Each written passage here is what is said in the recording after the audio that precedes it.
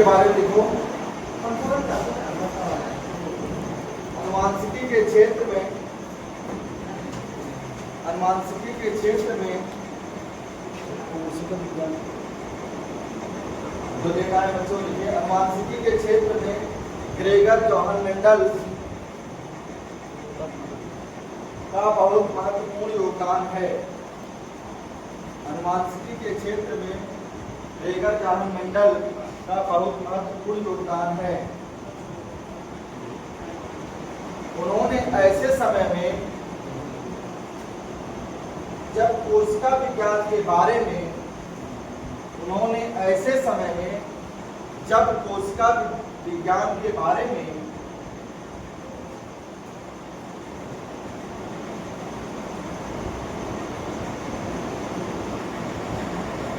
बहुत ज्यादा ज्ञान नहीं था, के बारे में बहुत ज्यादा ज्ञान नहीं था,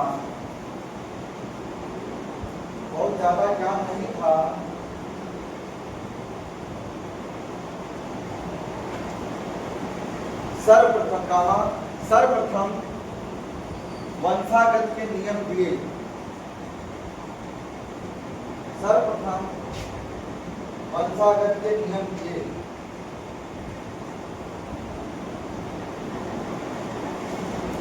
सर्वप्रथम वंशागत के नियम दिए।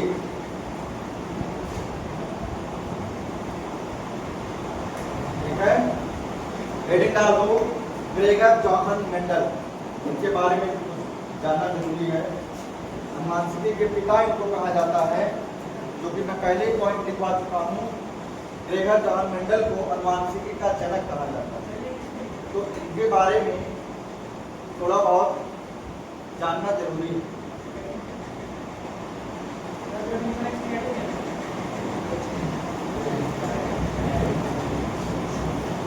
पहला पॉइंट देखो, पॉइंट बना देना। पहला पॉइंट,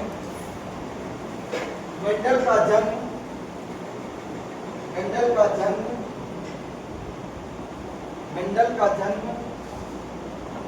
22 जुलाई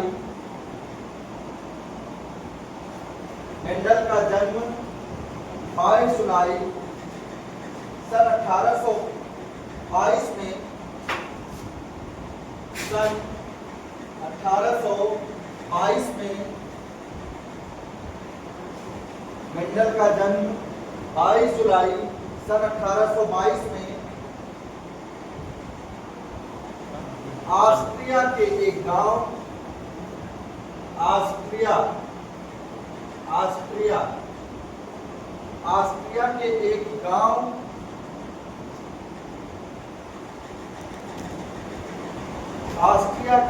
गांव के एक साधारण किसान के घर में हुआ था। ऑस्ट्रिया के एक गांव के एक साधारण किसान के घर हुआ था।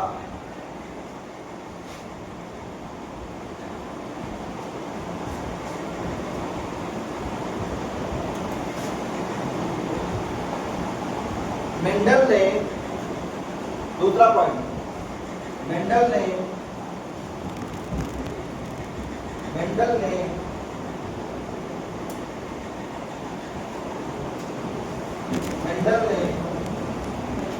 स्नातक स्तर का अध्ययन स्नातक स्तर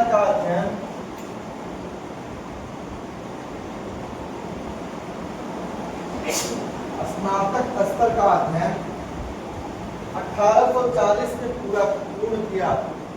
1840 में पूर्ण किया। 1840 में पूर्ण किया।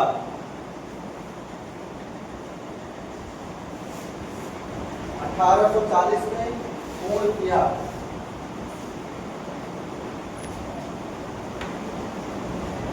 सन 1843 में, तीसरा पॉइंट, सन 1843 में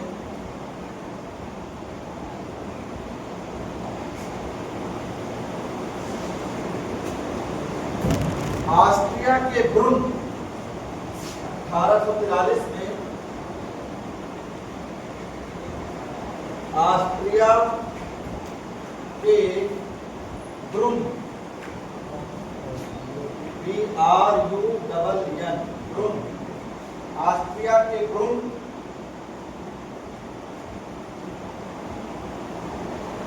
नामक नगर के मठ में, ब्रुन नामक नगर के मठ में,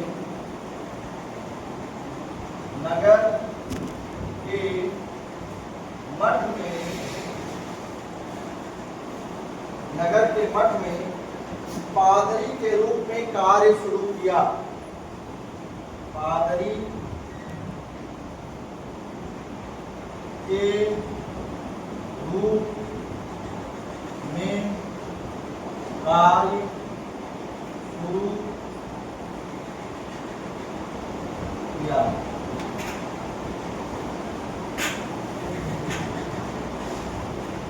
पॉइंट नंबर 4,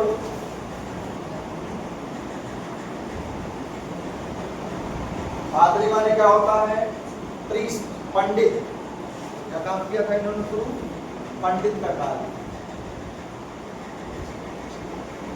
पॉइंट नंबर 4, इसी चर्च में इन्हें इन्हीं चर्च में इसी चर्च में इन्हें इसी चर्च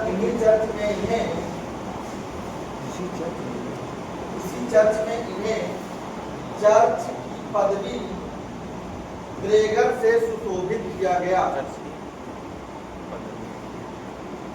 चर्च की पदवी ग्रेगर से सुशोभित किया गया। ग्रेगर से सुशोभित किया गया। इसके पश्चात वह इसी नाम से जाने लगे। इसके पश्चात वो इसी नाम से जाने लगे।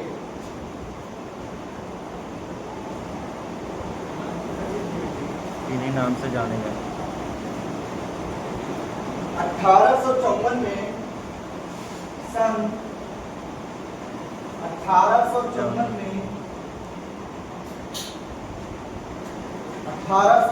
में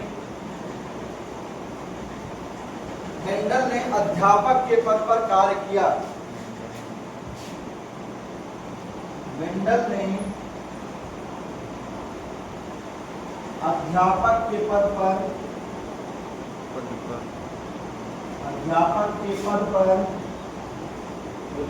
कार्य किया।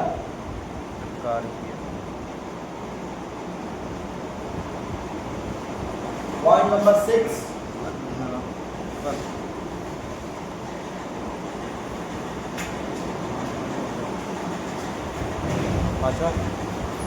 यहाँ उन्होंने 14 वर्षों तक कार्य किया। यहाँ उन्होंने इसी लाइन में छोड़ दो, इसके आगे लिखो। यहाँ उन्होंने, इसी पॉइंट में लिखना है, यहाँ उन्होंने 14 वर्षों तक कार्य किया।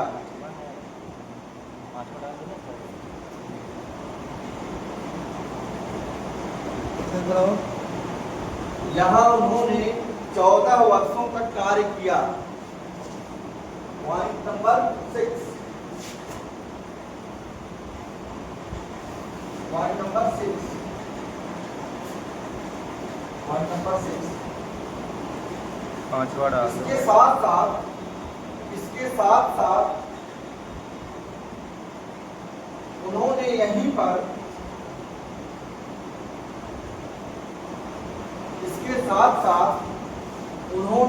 पर 1856 से सन 1856 से 1863 तक, 1856 से 1853 तक, 63 तक अपने सुविख्यात मटर के पौधे पर प्रयोग किए। अपने सुविख्यात मटर के पौधे पर प्रयोग किए।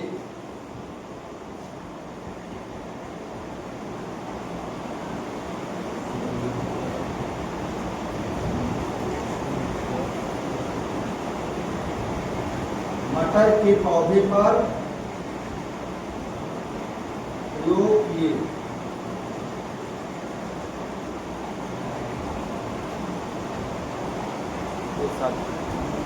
हो गया। पॉइंट नंबर 7,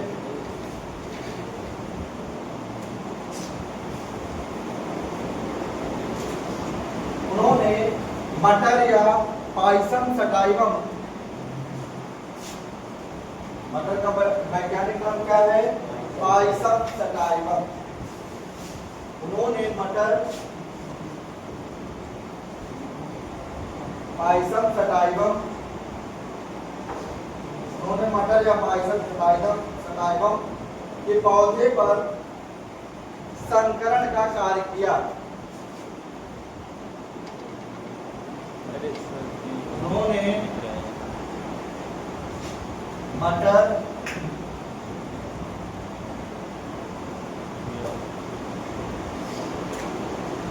पाइसम सटाइवम के पौधे पर संकरण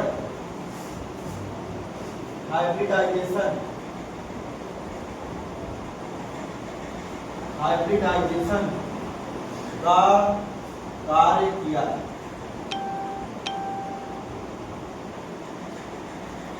पॉइंट नंबर 8,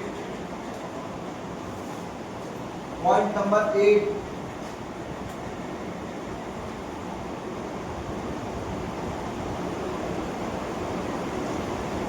कार्य किया के आगे थोड़ा सा लिखो, और कार्य किया के आगे लिखो, तथा अपने प्रयोगों के आधार पर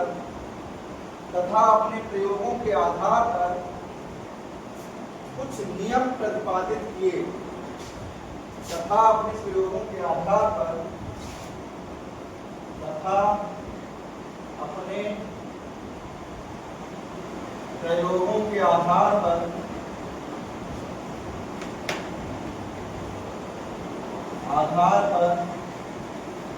कुछ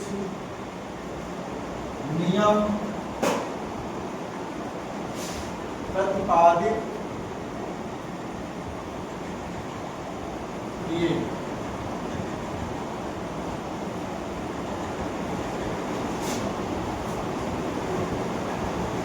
जो इसी के आगे जो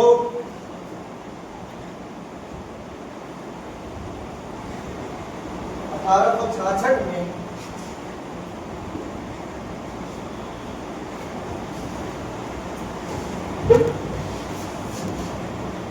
जो 1866 में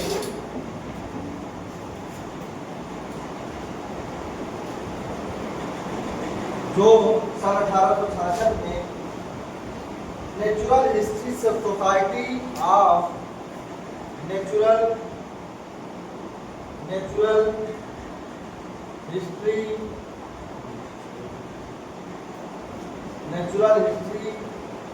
सोसाइटी ऑफ ब्रून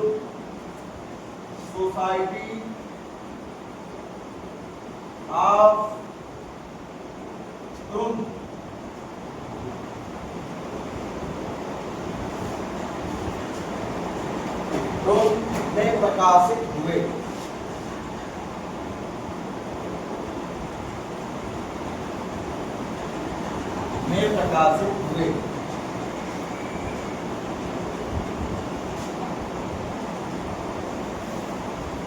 अगली लाइन लिखो, चौथा पॉइंट है, 8वां पॉइंट, पॉइंट नंबर 8, उस समय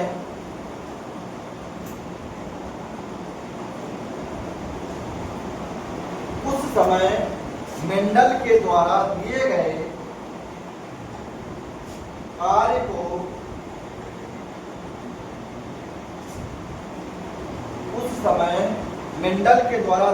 कार्य को वैज्ञानिकों ने अधिक महत्व नहीं दिया। उस समय मेंडल के द्वारा दिए गए किए गए कार्य को वैज्ञानिकों ने अधिक महत्व नहीं दिया।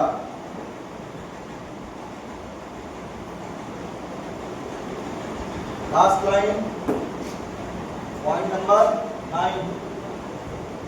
पॉइंट नंबर 9 लिखना, मेंडल अपने कार्य का कोई भी मेंडल अपने कार्य का कोई भी श्रेय मेंडल अपने कार्य का कोई भी श्रेय प्राप्त किए बिना मेंडल अपने कार्य का कोई भी श्रेय प्राप्त किए बिना सन 1884 में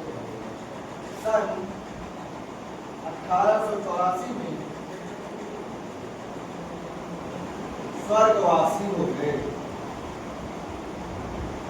स्वर्गवासी हो गए। एक बार नीट में इनकी जीवन परिचय से, मेंडल के जीवन परिचय से एक क्वेश्चन पूछा था, मेंडल ने अपना कार्य जो मटर के पौधे पर किया था वो कौन से सन के बीच में किया था? मेंडल ने जो मटर के पौधे पर अपना प्रयोग किया था, ध्यान देना इधर ध्यान से, मेंडल ने अपना मटर के पौधे पे जो कार्य किया था वो सन 1856 से 1863 तक टोटल 7 साल किया। ऑप्शन में, नीट के क्वेश्चन में ऑप्शन में यही दिया था 1856 से 1863 तक। जो बच्चा ये ऑप्शन लगाया था उसे 4 अंक प्रोवाइड किए गए। ठीक है, इसलिए इस टॉपिक पे, इस पॉइंट पे IMP लगा सकते हो। इस पॉइंट पे क्या लगा सकते हो? IMP। इस पूरे जीवन परिचय में से इनके बहुत महान वैज्ञानिक थे, इसलिए इनका जीवन परिचय मुझे थोड़ा सा डिस्क्राइब करना पड़ा। ये इनके पूरे जीवन परिचय से 2-3 बातें केवल याद रखते हैं। पहली बात कि इन्होंने अपना प्रयोग मटर के पौधे पे किया। दूसरी बात, इन्होंने अपना मटर के पौधे का प्रयोग 1856 से 1863 के बीच में किया था, 7 साल। और तीसरी बात जो याद रखनी है, वो मटर का जो पौधा है उसका वैज्ञानिक नाम होता है पायसम सटारिया। याद रहेगा तुम लोगों को? सब लोगों ने लिख लिया? मेंडल के कार्यों की पुनर्खोज, हेडिंग डालो, मेंडल के कार्यों की पुनर्खोज।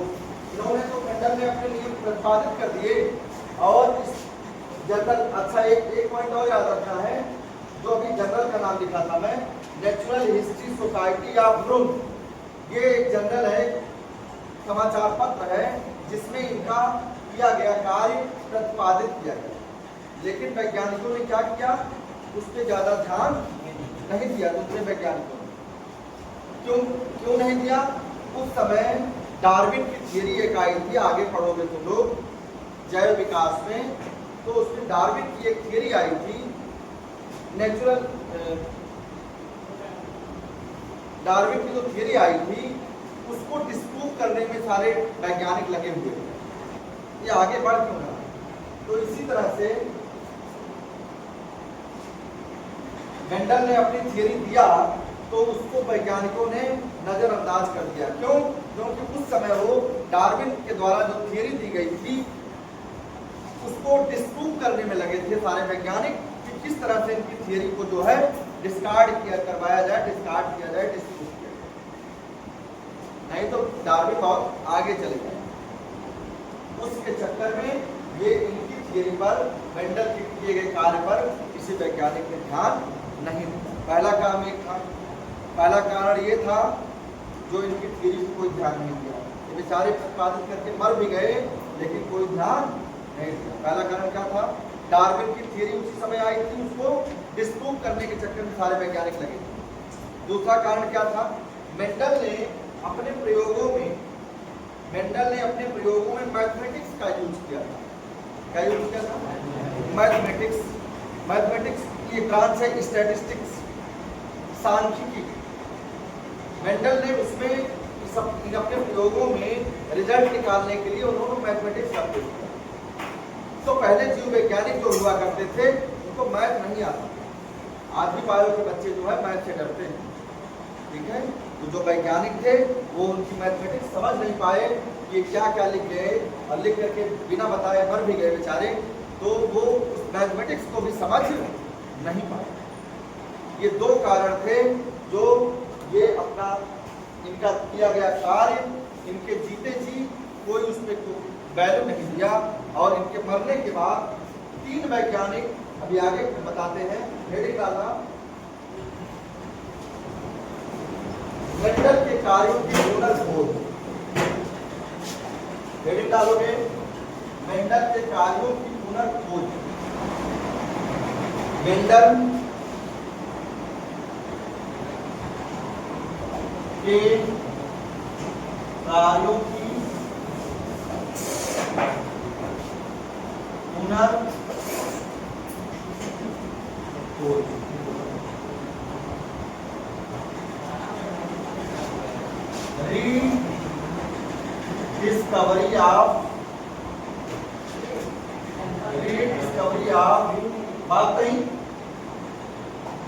रीडिस्कवरी ऑफ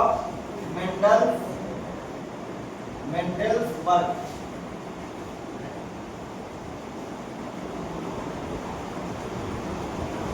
डालो, मेंडल के कार्यों की पुनर्खोज। Rediscovery of Mendel's work.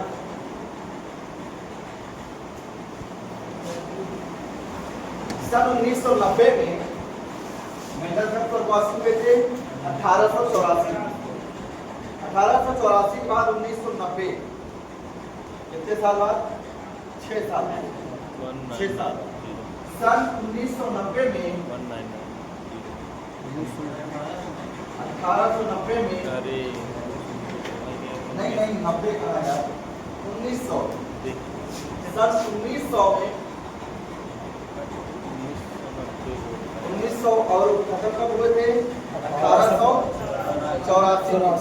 16 साल के बाद, कितना साल हुआ? 16 साल के बाद मेंडल द्वारा किए गए कार्य की रीडिस्कवरी की। कुछ वैज्ञानिक जब खाली बैठे थे, उनको कोई काम नहीं था, तो उन्होंने सोचा ये मेंडल ने जो कार्य किया है, जो नेचुरल हिस्ट्री सोसाइटी ब्रून में प्रकाशित हुआ था, क्यों ना उसको भी एक बार पढ़ा जाए, देखा जाए कि क्या उसने क्या लिखा है, समझने की कोशिश किया जाए। तो उसके अंतर्गत सन 1900 में 3 वैज्ञानिक, पहला वैज्ञानिक था हालैंड का। सन 1900 में 3 वैज्ञानिक, देखो 3 वैज्ञानिक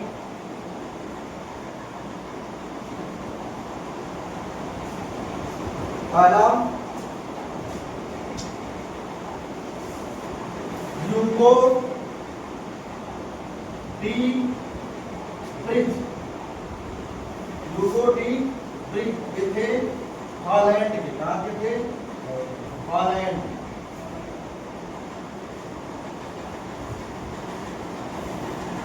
दूसरे थे कार्ल कोरेंस। Karl coherence. दूसरे कौन थे? Karl coherence. ये कहाँ थे? कहाँ से थे? ये थे जर्मनी से। कहाँ से थे? ये जर्मनी से।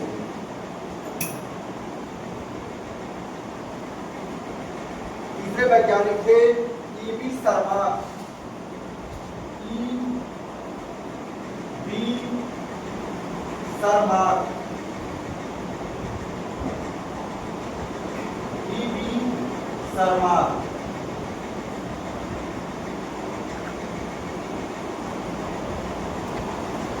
ये कहाँ के थे? ऑस्ट्रिया। कहाँ के थे?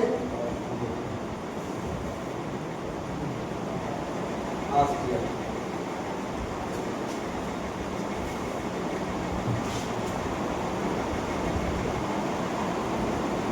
इसलिए मुझे लिखो ने मेंडल के कार्य को दोहराया, ने मेंडल के कार्य को दोहराया।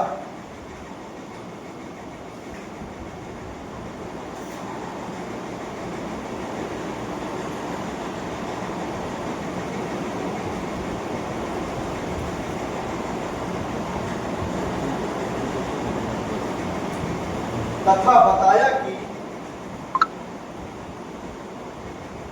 बताया कि मेंडल द्वारा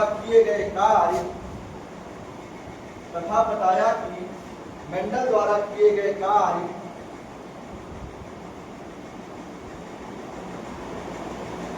पूर्णतया वैज्ञानिक ब्रैकेट में साइंटिफिक,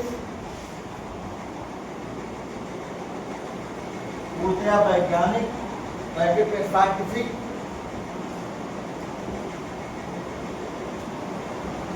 तथा उसके परिणाम ब्रैकेट में साइंटिफिक तथा उसके परिणाम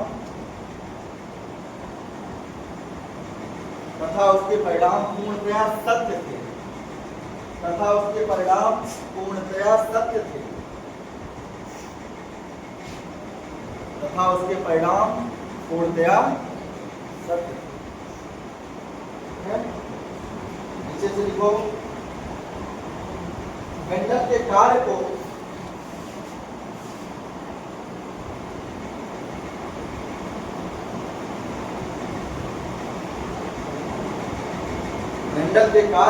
उस समय मान्यता प्राप्त न होने के, मेंडल के कार्य को उस समय, मतलब मेंडल के समय जब मेंडल जिंदा था उस समय मान्यता प्राप्त न होने के निम्नलिखित कारण थे।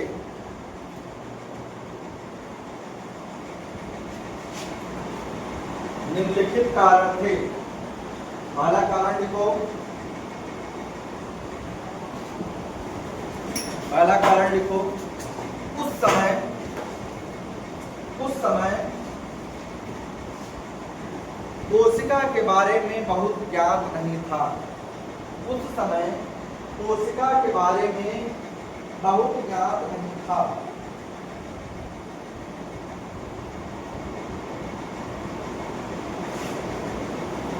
दूसरा पॉइंट, उस समय प्रसिद्ध वैज्ञानिक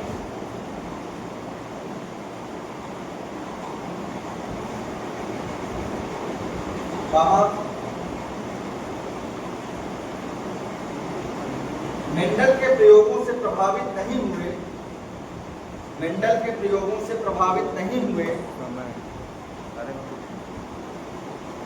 मेंडल के प्रयोगों से प्रभावित नहीं हुए क्योंकि मेंडल के प्रयोगों से प्रभावित नहीं हुए क्योंकि वे डार्विन के विकासवाद,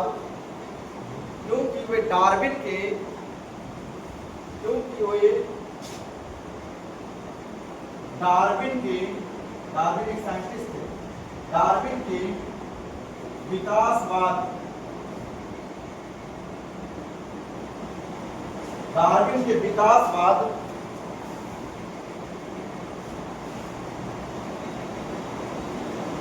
से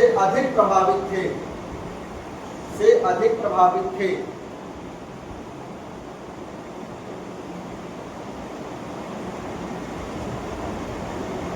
तथा उनके द्वारा प्रकाशित पुस्तक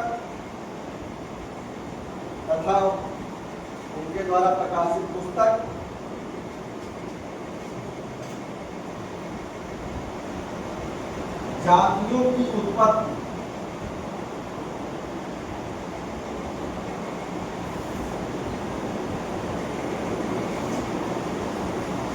पूरा बोर्ड आता है ना, पूरा बोर्ड आता है, हाँ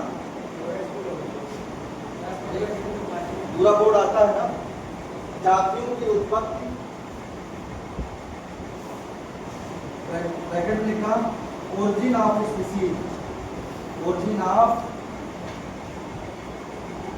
स्पीसीज, ओरिजिन ऑफ स्पीसीज।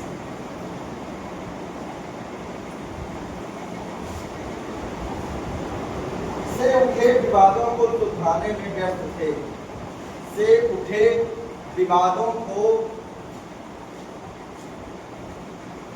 से उठे विवादों को सुलझाने में व्यस्त थे।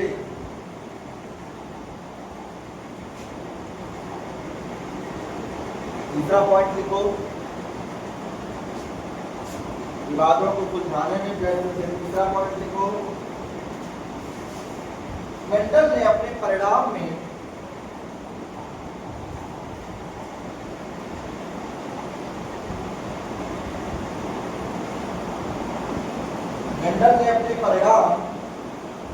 गणित के आधार पर निकाले। मेंडल ने अपना परिणाम गणित के आधार पर निकाले।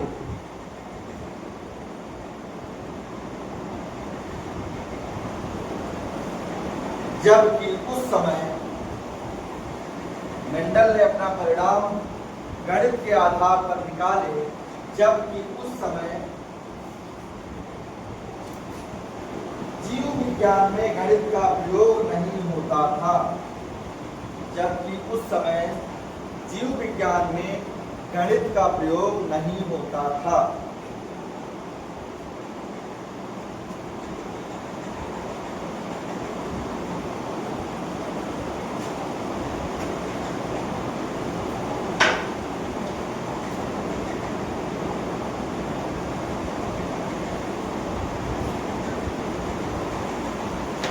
मेंडल द्वारा मटर के पौधे का चुनाव,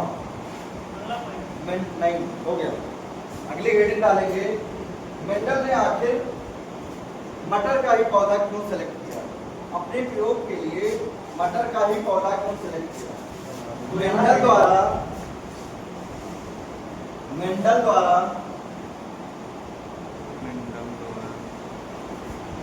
मटर के पौधे का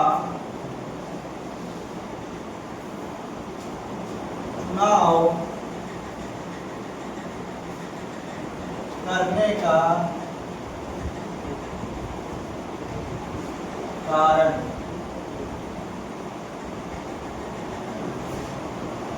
मेंडल द्वारा मटर के पौधे का चुनाव करने का कारण,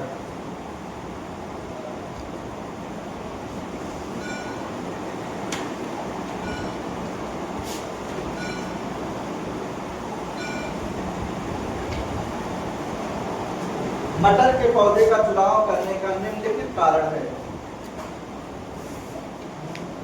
मटर के पौधे का चुनाव करने का निम्नलिखित कारण है।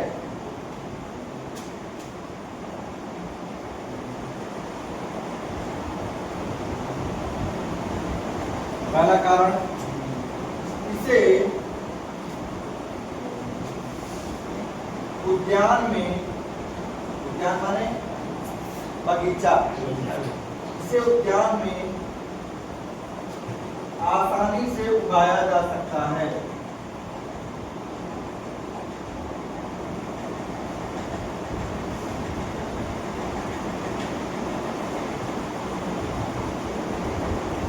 इसे उद्यान में आसानी से उगाया जा सकता है। पहला कारण ये है, इसलिए इन्होंने मटर के पौधे का चुनाव किया। दूसरा,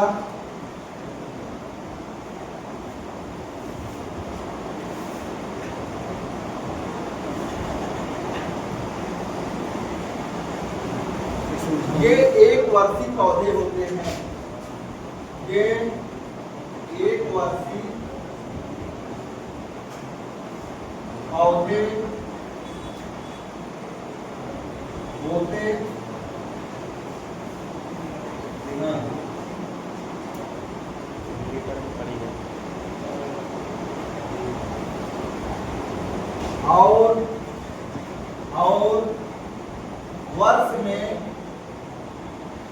और वर्ष में 2 बार उगाया जा सकता है।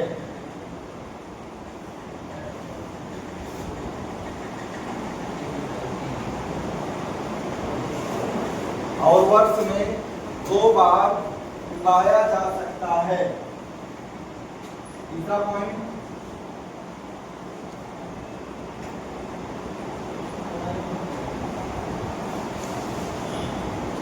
पौधों में स्पष्ट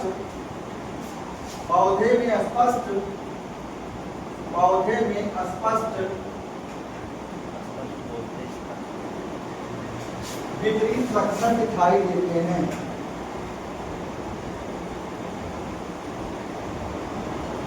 विपरीत लक्षण दिखाई देते हैं।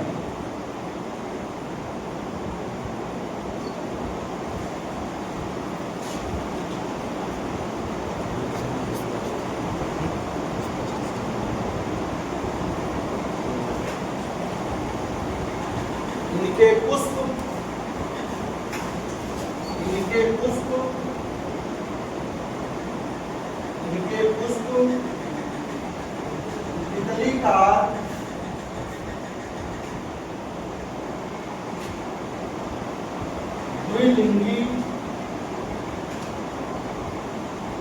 तितली का द्विलिंगी होते हैं।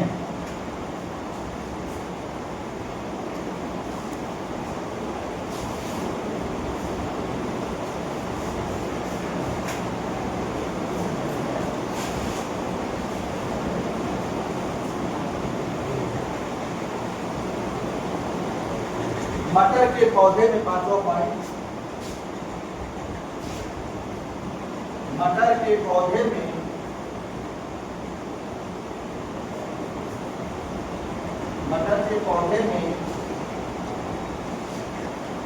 अधिक फल और फूल और फल लगते हैं।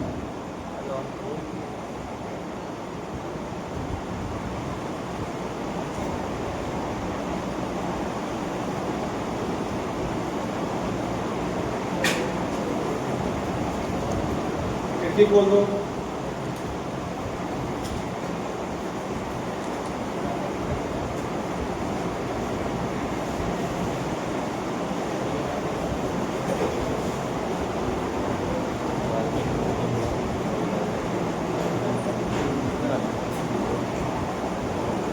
देखिए सब लोग मिटा दें। मेंडल के संकरण प्रयोग, मेंडल के संकरण प्रयोग,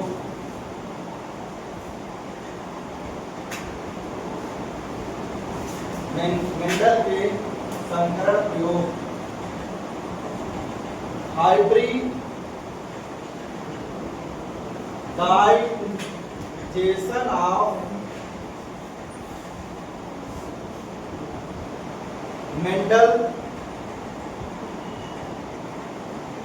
Mendel's experiment।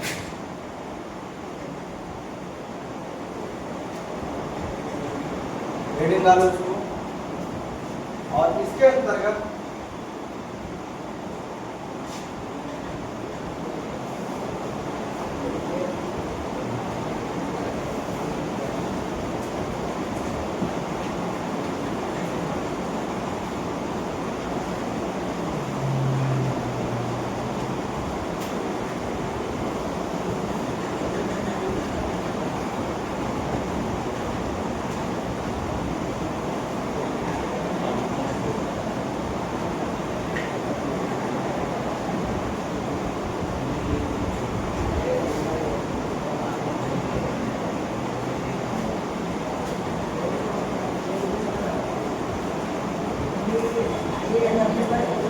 देखो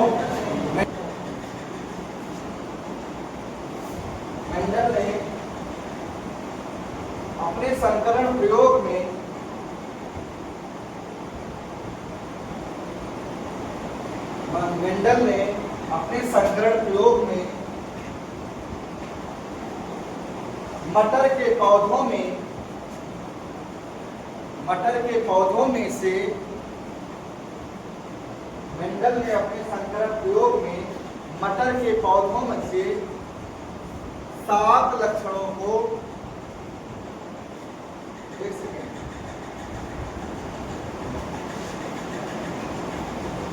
7 लक्षणों को, 7 लक्षणों का चुनाव किया था।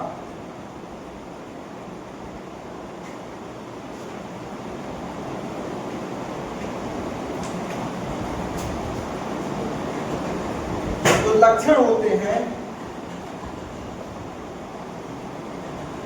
वो विपरीत होते हैं। अगर लक्षण प्रभावी है, उसका विपरीत क्या होगा? अप्रभावी लक्षण। एक लक्षण प्रभाव दिखाएगा, दूसरा नहीं दिखाएगा। ठीक है, तो मैं यहाँ लिखूंगा सातों लक्षण कौन कौन सा मेंडल ने 7 लक्षण। वैसे मटर में बहुत सारे लक्षण होते हैं, बताए थे ना। जीन्स जो होते, सेल के अंदर, न्यूक्लियस के अंदर क्रोमोजोम जो डीएनए का बना होता है, वो डीएनए पे लाखों जीन्स पाए जाते हैं। एक जीन्स एक लक्षण को कंट्रोल करता है। तो किसी भी जीव में, चाहे वो एनिमल हो चाहे वो प्लांट हो, उसके क्रोमोजोम के अंदर, उसके डीएनए पर लाखों जीन्स पाए जाते हैं। और लाखों जीन्स लाखों तरह के प्रोटीन बनाते हैं, लाखों प्रोटीन लाखों तरह के एंजाइम बनाते हैं, लाखों एंजाइम लाखों तरह के कंट्रोल, अलग अलग कंट्रोल लक्षण कंट्रोल करते हैं। तो ऐसे ही इन्होंने मटर के पौधे का अपना प्रयोग किया था। अब मुझे मटर के पौधे को ही आधार मान करके आगे की पढ़ाई करनी है। ठीक है, तो मटर के पौधे में जो है गुणसूत्र के ऊपर, मटर के पौधे की जो कोशिका होती है, कोशिका के अंदर जो केंद्रक होता है, केंद्रक के अंदर जो गुणसूत्र होते हैं, उस गुणसूत्र पे जो जीन्स पाए जाते हैं वो हजारों तरीके पाए जाते हैं। उन हजारों तरीके के जीन्स में से उन्होंने केवल 7 लक्षणों को जो है अपने प्रयोग में जो है यूज किया था। से हजारों लक्षण हैं उस मटर के पौधे में, हजारों तरीके के जीन्स हैं, तो हजारों तरीके के लक्षण कंट्रोल करते होंगे। तो हजारों तरह के तरीके जब लक्षण होंगे तभी तो लक्षण वो हजारों तक कंट्रोल करेगा। हाँ, तो उस हजारों तरीके के लक्षण में से मात्र उन्होंने 7 लक्षणों को अपने प्रयोग में यूज किया था। तो यहाँ आप लिखेंगे लक्षण, क्या लिखेंगे? लक्षण। कौन कौन सा लक्षण उन्होंने यूज किया, और इसका प्रभावी रूप क्या है और इसका अप्रभावी रूप क्या है।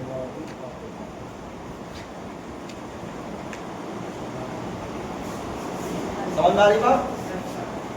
पहले मैं लक्षण पढ़ूंगा, कौन कौन सा लक्षण है, उस लक्षण में कौन सा प्रभावी लक्षण है और कौन सा अप्रभावी लक्षण। तो पहला लक्षण उन्होंने लिया था, पहला लक्षण उन्होंने लिया था मटर के पौधे की लंबाई। क्या था? लंबाई एक लक्षण होगा ना पौधे का। कुछ पौधे लंबे होते हैं, कुछ पौधे पौधे होते हैं। लंबाई में जो प्रभावी होगा बड़ा होगा। आगे जल्दी जल्दी लिखो, लंबा और बौना। लंबा मतलब ताल, और इसे कहेंगे ग्वाल।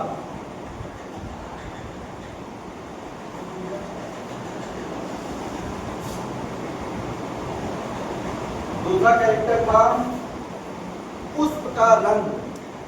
जल्दी जल्दी लिखना, थोड़ा सा टाइम नहीं है, टाइम खत्म हो गया। पुष्प का रंग, फूल का रंग, कुछ में लाल होता है, कुछ में सफेद होता है। लाल कलर देखने में दूर से ही दिख जाता है कि लाल देखो दिख रहा है, फूल है। सफेद कहीं न कहीं उससे थोड़ा सा अप्रभावी है। तो लाल रंग इसका क्या है? प्रभावी, रेड, और ये सफेद जो है वो अप्रभावी है।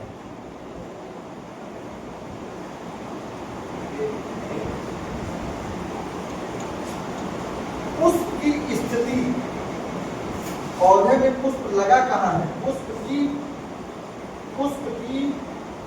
स्थिति, पुष्प स्थित कहाँ है। पुष्प या तो ऊपर एक्सियल लगेगा या तो साइड में लगेगा ना। एक्सियल जो ऊपर लगेगा वो नहीं लग रहा है, डोमिनेट कर रहा है, और ये रिसेसिव है, तो अक्षीय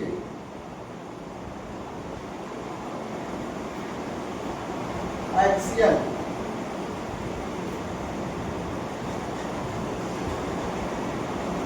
और इसे कहेंगे शीर्षस्थ।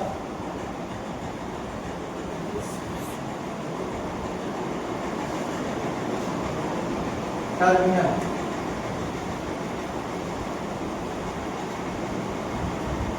ठीक है।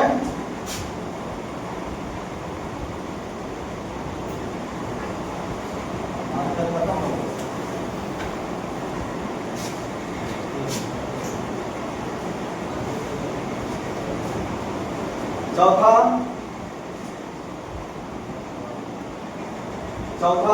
चौथा लक्षण कौन सा सिलेक्ट किया था, फली का रंग। फली देखिए हो ना, तो फल लगता है उसमें, मटर के पौधे में फली का रंग। फली का रंग कैसा कैसा होता है, पहले हरा होता है, जब हम लोग उसे खाते हैं उसके बाद तो सूखने के बाद तो कैसा हो जाता है, पीला हो जाता है। तो फली का रंग जो है हरा डोमिनेट है और पीला अप्रभावी है। हरा ग्रीन और पीला येलो। समझ में आ गया। फली का आकार, फली का पांचवा क्या था, फली का आकार। फली का आकार देखे होगे, कुछ मटर के पौधे क्या होते हैं, तब खुले से रहते हैं, मोटे मोटे दाने अंदर रहते हैं। कुछ देखो तो पट्टा होता है, चिपका रहता है, उसमें नन्ही नन्ही से दाने होते हैं, उसको कहते हैं पट्टा। क्या पट्टा है, पट्टा मटर तुमने दे दिया, दुकान वाले पूछते हैं ना। तो फली का रंग आकार इनफ्लेटेड, मतलब फूला हुआ, फूला हुआ, फूला हुआ। और दूसरा संकुचित, चिपका हुआ, संकुचित, संकुचित। संकुचित को कहेंगे कॉन्स्ट्रिक्टेड, कॉन्स्ट्रिक्टेड, और इसे कहेंगे इनफ्लेटेड, मतलब फूला हुआ।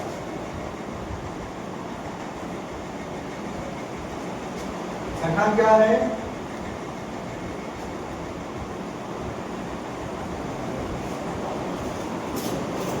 बीज का रंग। बीज का रंग क्या है, बीज का रंग, बीज का रंग। बीज का रंग कैसा कैसा होता है, हरा होता है और पीला होता है। पक जाता है तो पीला हो जाता है, और पीले को हम बहुत दिन तक रखे रहते हैं खाने के लिए। हरा तो कुछ समय के लिए होता है, तो इसमें डोमिनेट कौन करेगा, प्रभावी कौन होगा, तो ज्यादा दिन तक हमारे काम आएगा ना पीला वाला।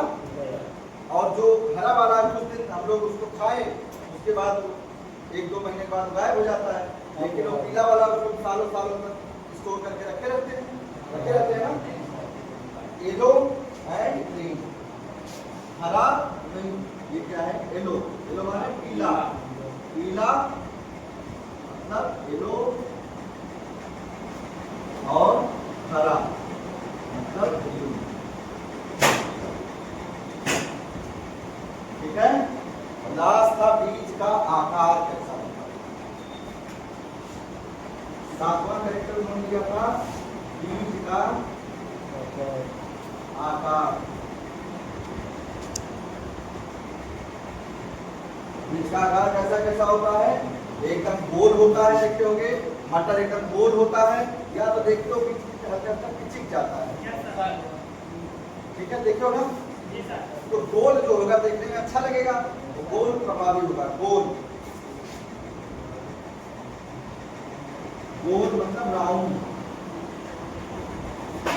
और दूसरा उसका अब आगे क्या होगा, झुर्रीदार उसको कहते हैं, रिंकल्ड, झुर्रीदार।